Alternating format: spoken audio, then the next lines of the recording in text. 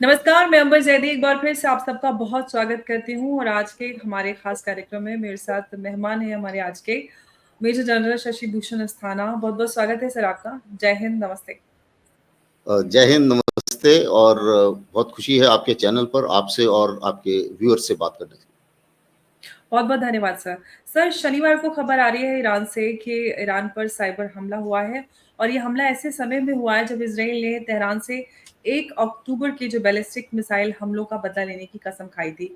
और रिपोर्ट में जो ईरान की तरफ से आ रही है, उसमें बताया गया है कि साइबर हमला इतना बड़ा है कि ईरान की जो तीनों शाखाएँ हैं और जो परमाणु साइट्स हैं, उन सबको इसको इसकी जद में आएँगे और बहुत बड़ा हमला है। ईरान इंटरनेशनल की रिपोर्ट ने ये पुष्टि की है और ईरान ने इस बात को एक्सेप्ट किया है। सर, जिस तरह से इज़राइल ने ये साइबर अटैक किया है, क्या ये उस हम जो जिस बदले की कसम खाई थी, ये उसका हिस्सा है या ये सफिशिएंट है? क्या और किस तरह से सर आप इसको देख पा रहे हैं? प्लीज़ हमें आप थोड़ा बताएँ। देखिए, ये जो साइबर अटैक है, ये उसी जो कसम खाई थी जिसकी आप बात कर रहे हैं, उसी का एक हिस्सा है। और अगर हम इज़राइल की ऑप्शंस को देखें कि जब ईरान ने उनके ऊपर मिसाइलें दागी और वो मिसाइलें असरदार भी रहीं, क्योंकि उनके 2 एयरबेस के ऊपर और मोसाद हेडक्वार्टर के आसपास नुकसान भी हुआ है। हालांकि इज़राइल ने इतना ज़्यादा मीडिया में उसको आने नहीं दिया, लेकिन नुकसान हुआ है। तो इज़राइल ने जवाब तो देना था और जवाब के जो इंडिकेशंस थे, उसमें अभी 1-2 दिन पहले जो उनके डिफेंस मिनिस्टर है, उन्होंने ये भी कहा था कि जो हमला होगा वो डेडली होगा, प्रिसाइज़ होगा और सरप्राइज़ उसमें होगा। यानी कि भयानक होगा और केंद्रित होगा और आपको अचंभे में डालेगा। अब अगर इन 3 चीज़ों को आप मिलाएं तो और इज़राइल की ऑप्शंस को मिलाएं, तो ये साइबर अटैक उनको सबसे ज़्यादा सूट करता है। कारण क्या है? अभी उनके पास ऑप्शंस थी। सबसे पहले तो ये है कि उनकी बहुत ही मंशा रही है कि किसी तरीके से ईरान की न्यूक्लियर जो क्षमता है और जो ये बहुत नज़दीक पहुंच चुके हैं न्यूक्लियर बम बनाने के, ऐसा माना जा रहा है कि 1 हफ्ते में या 2 हफ्ते में भी बना सकते हैं अगर इमरजेंसी हो, तो उसको बर्बाद किया जाए। ये इज़राइल की भी मंशा है, ये अमेरिका की भी मंशा है। और लेकिन इसका जो खतरा है वो इतना भयानक है कि इज़राइल के बस में थोड़ा नहीं नजर आ रहा था। कारण क्या है कि जहां पर भी इन जो ऐसी साइट हैं जहां पर न्यूक्लियर बम बनाया जा सकता है, वो जमीन से 350 मीटर अंदर है और 350 मीटर अंदर के जो अगर हैं, तो उसको मारने के लिए जो एमुनिशन चाहिए और जो बॉम्बर चाहिए, वो सिर्फ अमेरिका के पास है। यानी कि अमेरिका को डायरेक्ट अटैक करना पड़ेगा ईरान के लिए। और अमेरिका अभी इलेक्शन में जा रहा है, वो इस मूड में नहीं है, क्योंकि ये अगर मिसफायर होता है और इसके जो परिणाम होते हैं, उससे जाहिर है कि डेमोक्रेट को लगता है कि हमारी तो इलेक्शन का सत्यानाश हो जाएगा। तो इसलिए अमेरिका इसकी इजाजत देने के लिए इस समय मूड में नहीं। दूसरी चीज क्या है?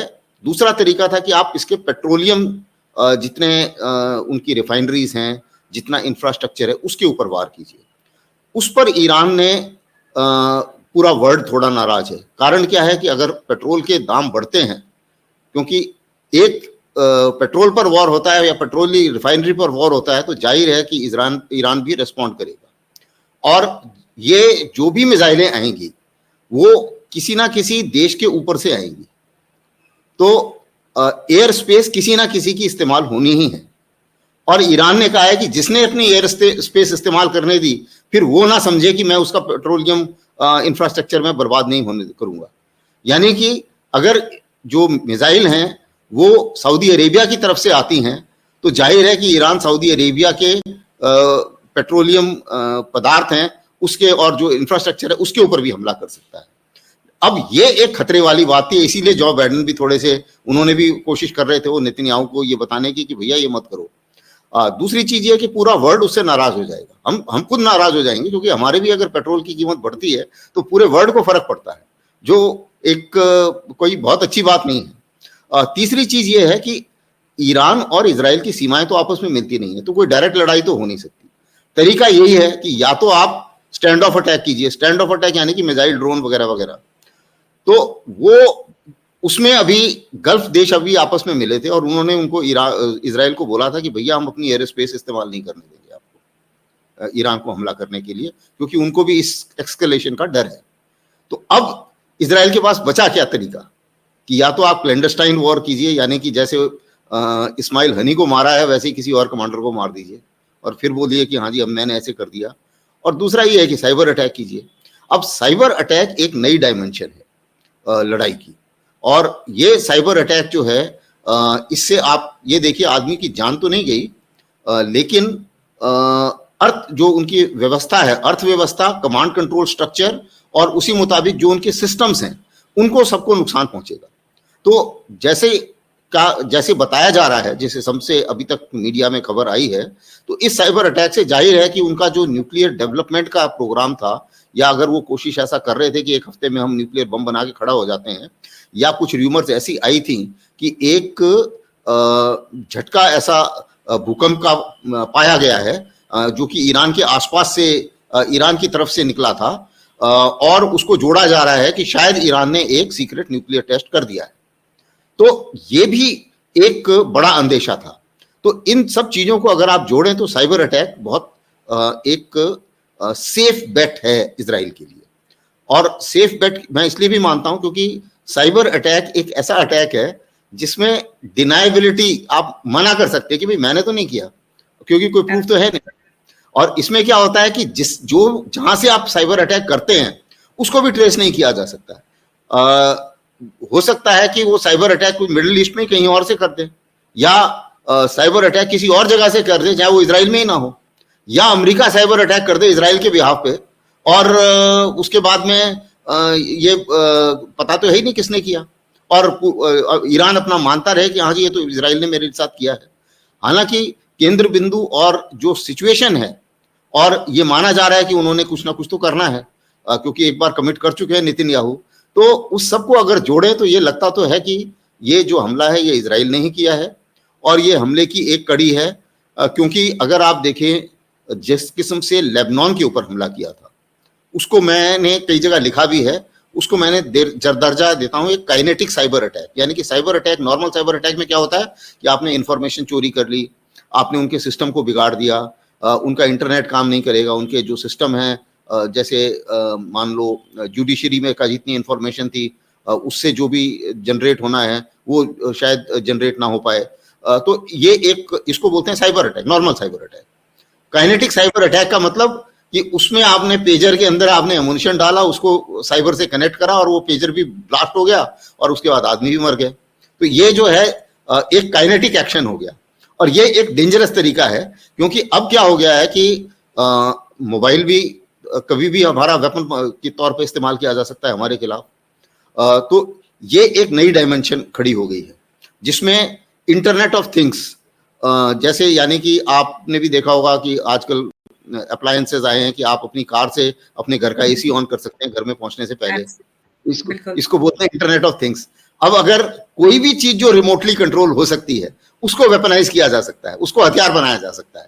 ये टेक्नोलॉजी इजराइल ने पूरे वर्ल्ड के सामने रखी है, और ये एक नया इंस्ट्रूमेंट ऑफ वॉर, यानी कि लड़ाई करने का एक नया तरीका पूरे विश्व के सामने आया है, जिसके लिए हमें भी तैयार होना पड़ेगा, भारत को और सारे देशों को तैयार होना पड़ेगा, और जो करना चाहते हैं वो भी और उसको हमें अपनी, क्या जिसे बोलना चाहिए, लड़ाई की जो हमारी डॉक्ट्रिन्स होती हैं, सोचने के तरीके होते हैं और जो स्ट्रेटजीज होती हैं, उसमें भी हमें इसको शामिल करना पड़ेगा। तो ये एक नए किस्म की कार्रवाई शुरू हुई है, और ये साइबर अटैक जाहिर है, क्योंकि अगर पिछली बार उन्होंने क्या करा कि हिजबुल्लाह का कमांड कंट्रोल स्ट्रक्चर बर्बाद करा, और कमांड कंट्रोल स्ट्रक्चर बर्बाद करते ही उसके बाद अटैक तेज कर दिए। तो जब अटैक तेज हुए, इसका मतलब उन्होंने पहले ये सोचा कि भाई अगर कमांड कंट्रोल स्ट्रक्चर बर्बाद होता है तो वो संभलने की हालत में नहीं होंगे, और उसके बाद में हमला करो तो वो ज्यादा असरदार होगा। तो ऐसा उन्होंने हिजबुल्लाह के साथ करा। हो सकता है कि ऐसा वो ईरान के साथ भी करना चाहें कि ये एक पहला चरण हो, और उसके बाद में, इसके बाद में किसी दूसरे चरण में किसी दूसरे किस्म का हमला किया जाए। हालांकि उनकी ऑप्शन से भी काफी हद तक रेस्ट्रिक्ट हो गई हैं, जैसा कि मैंने आपको बताया, इस कारण से कि एक तो जो पहले तो जो न्यूक्लियर और जो तरीके हैं बाकी पेट्रोल के, उसके इम्प्लीकेशंस काफी हैं, और दूसरी चीज ये है कि हिजबुल्ला, हालांकि उनके लीडर बर्बाद हो गए हैं, कुछ लीडर मर चुके हैं और उनका कम्युनिकेशन स्ट्रक्चर बर्बाद हुआ है और कमांड कंट्रोल स्ट्रक्चर थोड़ा सा बर्बाद हुआ है, लेकिन ऐसा नहीं है कि हिजबुल्ला खत्म हो जाएगा। और हिजबुल्ला उनको काफी हद तक टक्कर दे रहा है और इजराइल की भी कैजुअलिटीज हुई हैं। तो इस हालत में पूरी की पूरी अटेंशन ईरान की तरफ डालना, वो भी इस समय इजराइल के लिए थोड़ा सा मुश्किल होगा और फेस सेविंग भी करनी है। तो ये जो अटैक हुआ है मेरे विचार से ये पूरा उनके सारे एम्स को पूरा करता है। सर, लेकिन इस तरह की रिपोर्ट्स है कि ये जो इज़राइल बड़ा हमला कर सकता है ईरान पे, ये उसकी एक कड़ी है, लेकिन इज़राइल ईरान पे हमला ज़रूर करेगा और जिससे भारी नुकसान हो सकता है पूरे रीजन में। और ह्यूमन राइट वायलेशन तो है ही, लेकिन ऑयल सप्लाई को लेकर एक बड़ा कंसर्न पूरे वर्ल्ड के सामने है कि ईरान तो कहता है कि अगर मेरे पे हमला होता है तो वो ऑयल सप्लाई बैन कर देंगे। तो ये जो एक नया चैलेंज, क्योंकि इस वक्त इज़राइल यूएस की भी नहीं सुन रहा है, किसी की नहीं सुन रहा है, वो ताबड़तोड़ हमलेबाजी और जो अपना बदले की कार्रवाई है उसमें लगा हुआ है। ऐसे में सर ये भी खबरें और ये भी उम्मीद है कि भारत मध्यस्थता कर सकता है इस पूरे विवाद में। तो किस तरफ, और ये कितनी पॉसिबिलिटी है कि ईरान पर बड़ा हमला भी हो सकता है जिस तरह की रिपोर्ट्स आ रही हैं? देखिए, बड़ा हमला इजराइल तो करना ही चाहेगा ईरान के ऊपर, क्योंकि वो नहीं जी। चाहता कि ईरान की ताकत बढ़े और ईरान की ताकत बढ़ने के चांसेस बन रहे हैं, क्योंकि अभी रूस अगर उनकी मदद कर रहा है, रूस ने कुछ अपना उधर कुछ हथियार भी भेजे हैं, कुछ एयरक्राफ्ट भी जी। उनके गए हैं और ये सब इस किस्म की अगर कुछ मदद आती है तो जाहिर है कि ईरान की स्ट्रेंथ भी बढ़ सकती है। लेकिन अभी जैसा कि मैंने बताया, अमेरिका की जहाँ तक बातचीत है और अमेरिका का एक तो इन्वॉल्वमेंट इस समय जो इलेक्शंस की जो प्रॉब्लम है वो अगले 2 महीने तक, 1.5-2 महीने तक रहेगी। इलेक्शन के बाद में रिजल्ट क्या होगा ये ना इजराइल को मालूम है ना अमेरिका को मालूम है। तो इसलिए नेतन्याहू भी चाह रहे हैं कि इस 1-2 महीने में जो जितना मैं कर सकता हूँ कर लूँ। दूसरी प्रॉब्लम क्या है कि अगर आप देखें अमेरिका जो बातचीत कर रहा है उसका भी एक डबल स्पीकिंग है, जिसे बोलना चाहिए 2 चेहरे दिखा रहा है। एक चेहरा तो ये है कि भाई मैं कोशिश कर रहा हूँ कि इजराइल को कंट्रोल करने की, लेकिन उसकी मदद भी करे जा रहा है। अगर हजारों टन एमुनिशन गाजा के ऊपर फायर हुआ है तो इजराइल ने तो नहीं बनाया वो एमुनिशन, वो आया तो पूरा अमेरिका से ही है। तो अमेरिका ने मदद तो पूरी करी है और उसके अभी कुछ और कारण बन गए हैं, क्योंकि इस समय नेतन्याहू जिसको मार रहे हैं वो सब अमेरिका की टारगेट लिस्ट में भी थे। तो एक तरीके से इजराइल आजकल अमेरिका का काम कर रहा है। अगर हिजबुल्ला और उसका नंबर 2 मारा गया तो ये दोनों तो इजराइल अमेरिका के टारगेट भी थे ना, तो अमेरिका के ऊपर भी तो इन्होंने हमला किया हुआ है। उसी मुताबिक ईरान अगर शक्तिशाली होता है तो नुकसान अमेरिका को भी है और अमेरिका भी चाहता है कि किसी तरीके से ईरान की रिजीम चेंज हो जाए।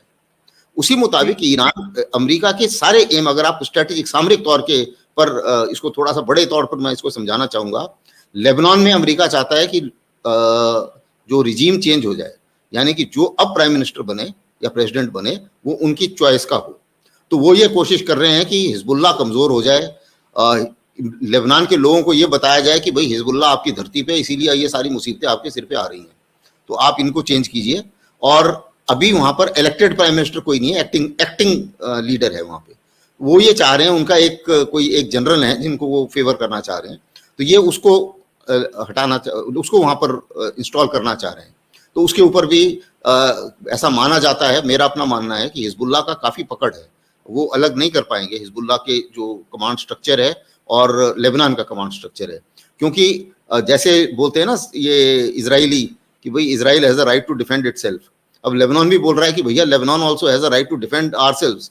और लेबनान की मदद करने के लिए, अपने आप को बचाने के लिए किसी और ने तो मदद की नहीं, उसकी हिजबुल्ला ही कर रहा है। तो बोलता है कि आप कैसे बोल सकते हो कि हिजबुल्ला को अलग कर दो, तो इतनी आसानी से हिजबुल्ला अलग नहीं होने वाला है। दूसरी चीज क्या है कि काफी सांसद हैं लेबनान की पार्लियामेंट में जो हिजबुल्ला के हैं, तो वो किसी दूसरे को आने ही नहीं देंगे। तो ऐसा थोड़ा मुश्किल लग रहा है, लेकिन अमेरिका है तो कोशिश तो करेगा और इजराइल भी कोशिश करेगा, पहली बात। दूसरी चीज, ईरान में भी अमेरिका की मंशा ये है कि किसी तरीके से खुमैनी हट जाए, क्योंकि जब शाह ऑफ ईरान अमेरिका के फेवर में था उस टाइम में ईरान का डेवलपमेंट भी हुआ था, अमेरिका के साथ बैठा हुआ था ईरान उस समय, लेकिन उसके बाद जब ये रिवॉल्यूशन हुआ और आयतुल्लाह खुमानी आए, तब से ईरान और अमेरिका की ठनी हुई। तो रिजीम चेंज का उनका भी इधर आइडिया है। अभी ये रिजीम चेंज कैसे हो सकती है? रिजीम चेंज के तरीके यही हैं कि भाई ईरान की पॉपुलेशन आयतुल्लाह खुमानी को ये डिक्लेयर करे कि भैया ना आप हमें बचा सकते हैं, ना आप हमें खाना पीना दे सकते हैं, और आपने जो रेस्ट्रिक्शंस हमारे ऊपर लगाई हैं वो भी हमारे लिए ठीक नहीं है। तो आपने देखा होगा कि नेतन्याहू और बाकी लोग भी ईरान की पब्लिक को एड्रेस करके आजकल काफी लेक्चर दे रहे हैं। उसी मुताबिक लेबनान की पब्लिक को एड्रेस करके भी नेतन्याहू ने बड़े लेक्चर दिए हैं कि जी आप ऐसे, हम आपके खिलाफ नहीं हैं, हम तो इन लोगों के खिलाफ हैं, और ये लोग मरवा रहे हैं आपको, और ये शह दे रहे हैं आतंकवादियों को, इसी कारण से आप लोगों की मुसीबत आ रखी है। तो ये सारी चीजों को मद्देनजर रखते हुए जहां तक मेरा अपना मानना है कि अमेरिका भी इनडायरेक्टली चाह रहा है कि जो इजराइल कर रहा है वो उसमें कोई भयानक मुसीबत नहीं है। मुझे जितने भी मुस्लिम वोटर हैं वहां पे अमेरिका में, उनको खुश करने के लिए ये बताते रहना पड़ेगा कि भाई मैं इनको रोकने की कोशिश कर रहा हूं और ये मेरी नहीं सुन रहा है नेतन्याहू, तो ये जो कुछ भी हो रहा है ये मेरी मर्जी से नहीं हो रहा है। ऐसा एक ऑप्टिक्स के तौर पे, एक मीडिया कैंपेन के तौर पे ये बताया जा रहा है। उसी मुताबिक जैसे अभी आप ये साइबर अटैक करें, मैं एक एनालिस्ट हूं, तो मैं हर खबर को डायरेक्टली नहीं लेता हूं, उसका थोड़ा सा विश्लेषण करने के बाद सोचता हूं। अब जितने भी ये अटैक हैं वो बहुत बढ़ चढ़ के बताया जा रहा है कि भाई ये हो गया। हो सकता है काफी नुकसान हुआ है, क्योंकि उसका अंदाजा मुझे भी नहीं है, क्योंकि अभी तो खबर और निकलेगी आगे। लेकिन कितना भी साइबर अटैक हो, ईरान इससे उभर के सामने आएगा। और जैसा कि मैंने बताया कि नुकसान ये है कि इजराइल इस साइबर अटैक को ओन अप नहीं करेगा। अगर वो ये नहीं बोलेगा कि मैंने किया है, तो इजराइल की जो उसने कसम खाई थी कि मैं बदला लूंगा, तो वो कसम तो पूरी हुई नहीं ना। तो इसका मतलब कुछ तो और करना पड़ेगा। तो ये एक पहला चरण है, कुछ ना कुछ उन्हें और करना पड़ेगा, और उसमें कई सारे ऑप्शंस हैं। कुछ ऐसा टारगेट किया जाए या साइलेंट स्ट्राइक की जाए, जैसे पहले भी की थी इन्होंने, कि कोई बहुत ज्यादा नुकसान नहीं हुआ, एक स्ट्राइक कर दी, या किसी अभी वो लगे हों किसी ऐसे ऑपरेशन के पीछे कि भाई किसी इंपॉर्टेंट लीडर को मार दिया जाए। तो अगर कोई ऐसा उनका प्लॉट हो जाता है, उसी मुताबिक इधर ईरान में भी थोड़ी सी अफला तफली है, क्योंकि उन्हें भी लग रहा है कि भाई कुछ ना कुछ, अगर इस्माइल हनी मरा तो IRGC के कुछ लोग तो कॉम्प्रोमाइज हुए, तो इसका मतलब कि उनके इंटेलिजेंस सिस्टम में, उनके सिक्योरिटी सिस्टम में भी काफी कॉम्प्रोमाइजेस हुए हैं। और अभी ऐसा माना जा रहा है कि एक कुड फोर्स के कमांडर की इंटरोगेशन चल रहा है। ऐसा माना जा रहा है कि शायद ये मिला है, क्योंकि तीनों बड़ी बड़ी मौतें हुई हैं उसमें ये कहीं ना कहीं आसपास था, और इसके कहीं ना कहीं तार उससे मिल रहे हैं जाके। तो इसलिए ईरान भी ये कोशिश करने की, अपने आप को रीऑर्गेनाइज कर रहा है, और ये कोशिश कर रहा है कि मेरे अंदर कौन कौन से ऐसे लोग बैठे हैं जो शायद ईरान से मिले हुए हैं। तो ये कमजोरी ईरान को निकालनी पड़ेगी, ईरान रीऑर्गेनाइज होगा। और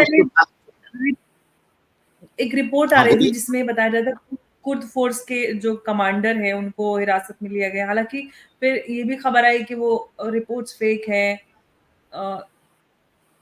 इस्माइल सानी उनका नाम, कानी, सॉरी, इस्माइल कानी, जो अल-कुद फोर्स के कमांडर।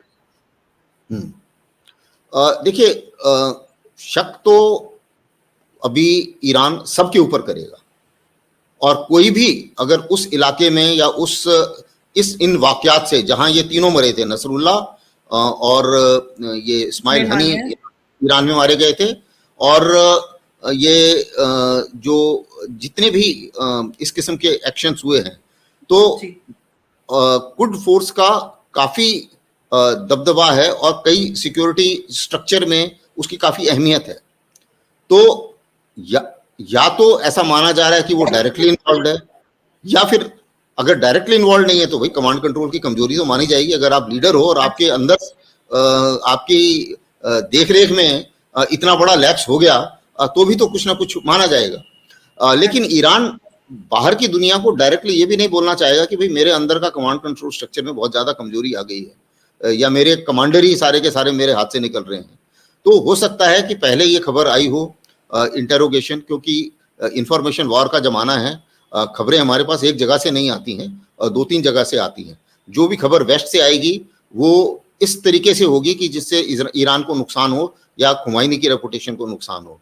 ईरान से जो खबर आएगी वो इस तरीके से आएगी कि किस तरीके से खुमैनी अपनी साख बचा सके।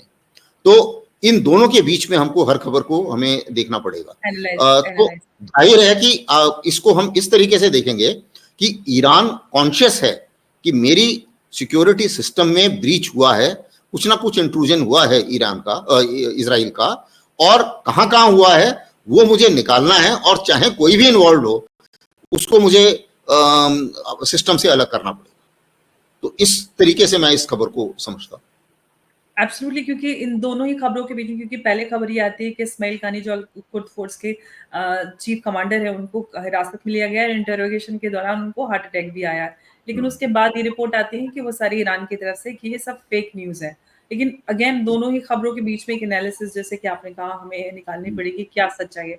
लेकिन सर, जो कुछ ये हो रहा है अभी, 1 साल पूरा हो गया, उसके पहले हमने जो रशिया यूक्रेन वॉर भी देखा, और इन दोनों ही की जब बात आती है तो अ, पूरी जो दुनिया है वो भारत की तरफ देखती है। ऐसे में जो ये एस्केलेशन हो रहा है हमारा, क्योंकि ईरान बहुत ज़्यादा दूर नहीं है, हमारे ही रीजन में है लगभग।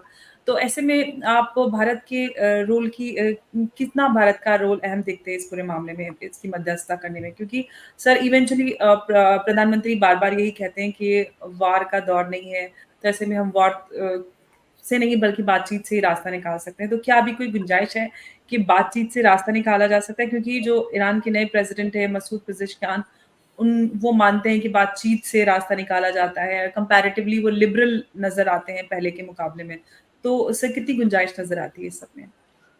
देखिए, भारत की पोजीशन इस समय बहुत अच्छी है इस मामले में कि भारत के अच्छे संबंध हैं इजराइल से, और भारत के अच्छे संबंध ईरान से भी हैं, और ईरान को भी काफ़ी भरोसा है भारत के ऊपर। कारण ये है कि जो अभी तक मेडिएटर थे इस लड़ाई में, जितने मेडिएटर आपने देखे, चाहे इजिप्ट हो, चाहे कतर हो, कतर में यूएसए का बेस है, तो कतर को भी जो ये हमस और हिजबुल्लाह हैं, और जो कट्टरपंथी हैं, जो कट्टर संस्थाएं हैं, और जो ऐसी ऑर्गेनाइजेशंस हैं, वो बहुत ज़्यादा भरोसा नहीं करती हैं। जी, हालांकि अभी तक नेगोशिएशंस कतर ही करता आया है, और कतर को काफ़ी इसमें महारत भी हासिल है। दूसरी चीज़ ये है कि अभी सऊदी अरेबिया का भी बायस जो है वो एक तरीके से वो भी एक एग्रीमेंट साइन करने जा रहा था इजराइल और यूएसए के साथ। तो जी, इन सब चीज़ों को मद्देनज़र रखते हुए भारत एक ऐसी पोजीशन में है जो दोनों को रीच आउट कर सकता है। लेकिन किसी भी मध्यस्थता के लिए बेसिक कंडीशन ये होती है कि दोनों साइड पहले इंटरेस्टेड हों कि कोई मध्यस्थता करे, और गिव एंड टेक करके हम कोई किसी तरीके से किसी नेगोशिएशन में पहुंचे। इस समय जो इस समय के हालात हैं, इजराइल किसी हालत में मध्यस्थता के मूड में नहीं। कारण क्या है कि नेतन्याहू को ये लग रहा है कि जिस दिन लड़ाई बंद हुई उस दिन मेरी कुर्सी चली जाएगी। तो और दूसरी चीज ये है कि वो ये मान के चल रहे हैं इजराइल, क्योंकि जिस हिसाब से अभी तक लड़ाई चली है, मैंने कई जगह लिखा भी है। देखिए, पहले तो इजराइल का एम था कि हमास को बर्बाद कर दूं और मैं अपने होस्टेजेस को वापस बुला लूं। अब हमास को तो बर्बाद कर दिया, और काफी हद तक बर्बाद किया है, लेकिन पूरी तरीके से कोई भी आतंकी संगठन बर्बाद नहीं हो सकता, क्योंकि एक आइडियोलॉजी है। अगर आपने 20,000 से ज्यादा लोग मार दिए हैं, बच्चे मार दिए हैं वहां पर, तो जाहिर है कि एक नई नस्ल हमास की ऑलरेडी खड़ी हो गई है, और वो आपको जीने नहीं देगी, इसमें कोई शक नहीं होना चाहिए। तो उस हिसाब से पूरी तरीके से तो खत्म नहीं होंगे। तो वो उस पायदान पर इजराइल 100% कुछ हासिल नहीं कर पाएगा। ये है कि उसने पूरे गाजा का सत्यानाश कर दिया है, और गाजा को खड़ा होने में बहुत टाइम लगेगा, कई दशक लग जाएंगे खड़ा होने में, पहली बात। दूसरी चीज क्या है कि ये तो पहला एम हुआ। दूसरा एम अगर आप देखें, जितने भी होस्टेज रिलीज हुए वो नेगोशिएशन से हुए हैं, मिलिट्री प्रेशर के दबके। हमास ने मुश्किल से 8 या 10 आदमी छोड़े, उससे ज्यादा नहीं छोड़े। तो इसका मतलब मिलिट्री प्रेशर से आप इनको रिलीज नहीं करा सकते होस्टेजेस को, बल्कि उनके होस्टेजेस के ऊपर खतरा बढ़ रहा है, ये उनके सारे रिश्तेदार भी बोल रहे हैं और प्रोटेस्ट भी कर रहे हैं। अब आती है बात इजराइल का जो दूसरा बड़ा एम है। उन्होंने इस 7 अक्टूबर को एक मौका समझ के, एक इनके भी दिमाग में एक नेतन्याहू 20 साल से प्राइम मिनिस्टर रहे, 20 साल तक प्राइम मिनिस्टर रहे, छोटे अलग अलग हिस्सों में, तो उनके दिमाग में एक घुसा हुआ है कि भाई मेरे को ग्रेटर इजराइल बनाना है। ग्रेटर इजराइल का मतलब है जॉर्डन रिवर से लेके समुद्र तक सारा कुछ मेरा होना चाहिए, बाकी यहाँ पे जो भी है वो मेरे नीचे मेरी छत्र छाया में जिंदा रहे उसको, और जैसे ऐसे जिंदा रहे जैसे मैं उसको रखूंगा, ये इनका एम है।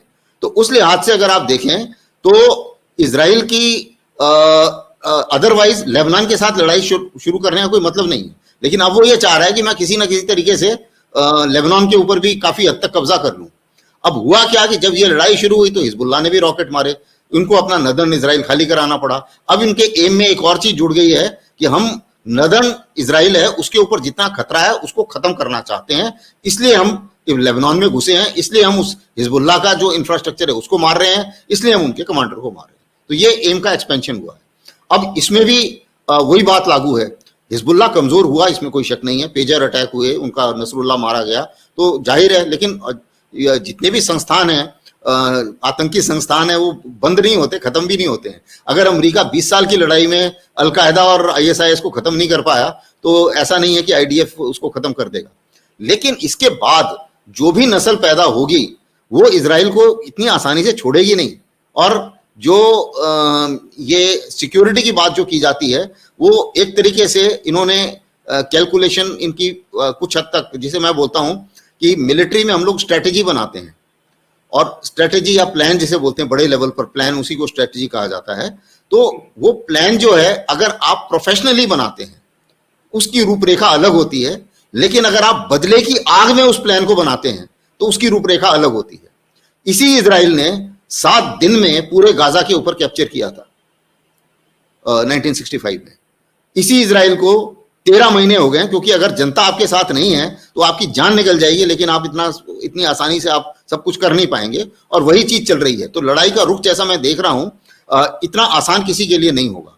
उसी मुताबिक जहां तक ईरान का सवाल है, देखिए ईरान की भी जाहिर है कि ईरान की लड़ाई की क्षमता अगर इजराइल और अमेरिका की क्षमता को जोड़ दिया जाए तो बहुत कम है। ये एसिमेट्रिक वॉर है। इजराइल के सामने बहुत सारे फायदे हैं, यानी कि उसके पास एयर सुपीरियॉरिटी है जो किसी के पास नहीं है, जितने भी उससे लड़ रहे हैं। उसके किसी और के पास एयर डिफेंस नहीं है, उसके पास एयर डिफेंस है। किसी और के पास इतनी टेक्नोलॉजी नहीं है जो उसके पास है, किसी और के पास उतने पैसे नहीं है जितने उनके पास है, और सबसे इंपॉर्टेंट चीज ये है कि किसी और के पास में अमेरिका जैसा एलाई नहीं है जो किसी भी हालत में उनके साथ खड़ा हुआ है और जो यूएन में वीटो पावर लगा सकता है। हालांकि ईरान के साथ अभी चाहे चीन और रूस उसके समर्थन में है, लेकिन खुल के लड़ाई उसके लिए नहीं लड़ने के मूड में है वो। रूस के ऑलरेडी उनका हाथ बंधा हुआ है तो यूक्रेन में, तो इतना तो ये सारे बेनिफिट्स को देते हुए। अच्छा, दूसरी चीज क्या है कि इजराइल नेतन्याहू पुराने खिलाड़ी हैं और उन्होंने मेरे विचार से एक तरीके से बाइडेन का पूरा फायदा उठाया। बाइडेन कुछ कर नहीं पाए, वो उनके कंट्रोल से बाहर है कुछ हद तक। कारण ये है कि उनके दिमाग में एक चीज बिल्कुल क्लियर है कि चाहे मैं जो मर्जी करूं, अमेरिका को मुझे मदद करनी ही पड़ेगी। और उसका एक कारण भी है। एक तो अमेरिका ने ही इजराइल को वहां बसाया, अमेरिका ने ही जो इजराइल की जो पट्टी है या जो लैंडमास है वही सबसे मजबूत अमेरिका का बेस है मिडिल ईस्ट में, और सबसे विश्वसनीय बेस है मिडिल ईस्ट में। अमेरिका उस बेस को कभी जाने नहीं देगा। इसलिए अमेरिका किसी भी हालत में, चाहे पर्सनैलिटी कोई भी हो, इलेक्शन में कोई भी प्रेसिडेंट जीते, चाहे नेतन्याहू प्राइम मिनिस्टर हो या कोई और हो, अमेरिका इजराइल की मदद करता ही रहेगा। और ज्यूज लॉबी वहां पर काफी स्ट्रांग है, पैसे वाली भी है, तो उनका इलेक्शन कैंपेनिंग में भी उनका काफी प्रभाव है। तो इन सब चीजों को मद्देनजर रखते हुए नेतन्याहू इसका पूरा फायदा उठा रहे हैं। पूरे वर्ल्ड में अभी आईसीजे ने एक उनको बता दिया है कि भाई आप जेनोसाइड कर रहे हैं, लेकिन फिर भी जो है ये उसके ऊपर कोई फर्क नहीं पड़ रहा है इजराइल के ऊपर। और सबसे अचंभे वाली बात यह है कि जितने भी ऑर्गेनाइजेशन ऑफ इस्लामिक कंट्रीज है, उन्होंने भी मुझे नहीं लगता कि पैलेस्टीनियंस की कोई सफिशिएंट मदद की है। आप मिसाल के तौर पे देखिए, डिप्लोमेटिक सिर्फ स्टैंड आ रहा है, किसी ने वो जो हाँ बिल्कुल, आप देखिए, हाँ नजर आया है। तो बात है कि जो जेनोसाइड का case international court of justice में लेके गया है, वो लेके गया है साउथ अफ्रीका। एक भी इस्लामिक कंट्री ने इस केस को नहीं लिया। एक भी इस्लामिक कंट्री आज तक उइगुर्स के खिलाफ, चीन के उइगुर्स के जो ट्रीटमेंट हुआ है चीन के खिलाफ कभी नहीं बोला। तो ये कहना तो बहुत आसान है कि नहीं इस्लामिक जिहाद वगैरह वगैरह, लेकिन सबके अपने इंटरेस्ट हैं और सब लोग अपने इंटरेस्ट से काम करते हैं, ये बात बिल्कुल सामने आ जाती है।